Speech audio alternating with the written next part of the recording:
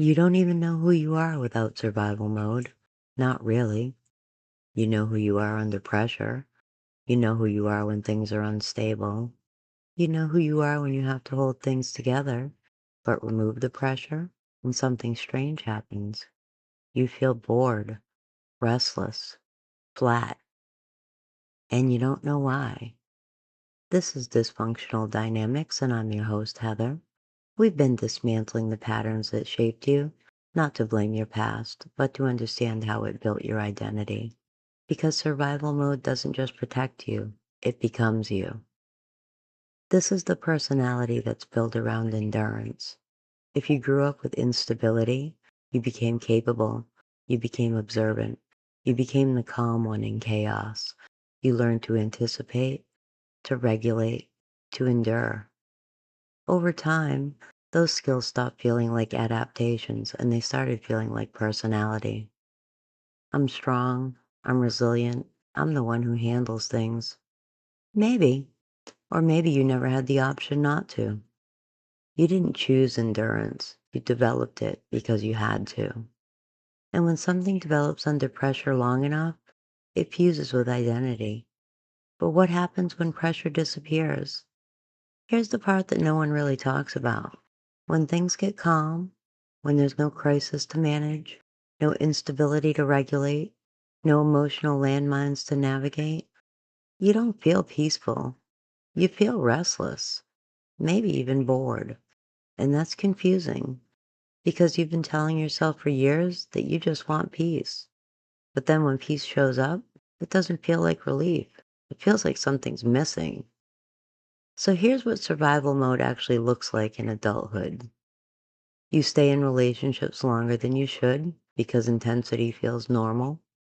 You take on more responsibility than is yours because being needed feels stabilizing. You feel most alive when you're solving something, fixing something, managing something. When everything is calm, you don't know where to put your energy.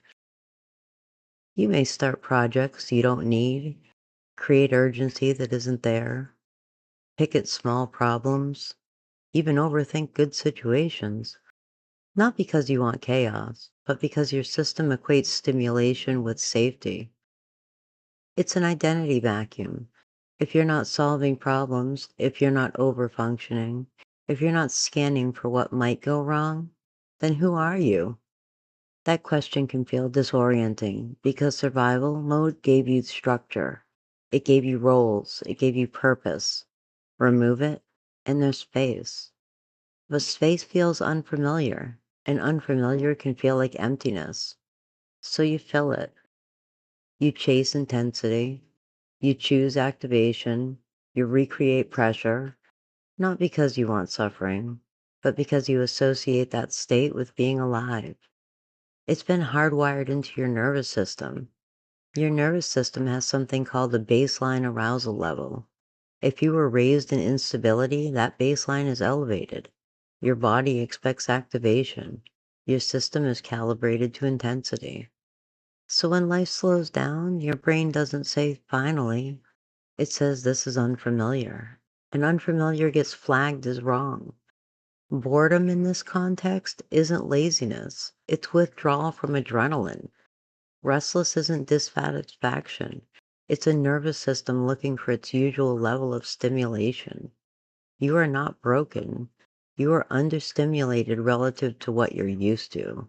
And that's a very different problem. There is definitely a cost to staying in survival mode. If you never recalibrate this, you'll continue choosing intensity over expansion. You will mistake red flags for chemistry. You will equate exhaustion with productivity. And you'll feel most comfortable when something is slightly wrong. Peace will always feel incomplete, not because it is, but because your system hasn't learned to live there. You'll become competent, capable, dependable, but not expansive. Your curiosity narrows, your play disappears, your sense of self stays functional, but undefined.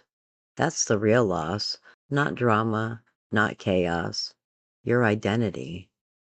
Think about who you are when you feel free, when you're present, when you're not bracing, when you're not holding everything together. Maybe you're adventurous, curious, more sensory, more aware, more alive. That version of you isn't a fantasy. It's you without constant survival pressure. But if you only access that version in rare moments, then you don't fully know yourself because you spent most of your life becoming the one who endures, not the one who explores. Survival mode was necessary. It kept you functioning, it built strength, it kept you moving, but it was never meant to define you forever. You don't need to abandon your resilience. You don't need to stop being capable, but you do need to ask, if I'm not surviving, who am I becoming? What excites me without chaos attached to it? What feels alive without pressure? Who am I when I'm not bracing? You still don't know who you are without survival mode. Not yet. But that doesn't mean you won't. It just means you've never had the space to learn. Stay with me because we're not done dismantling.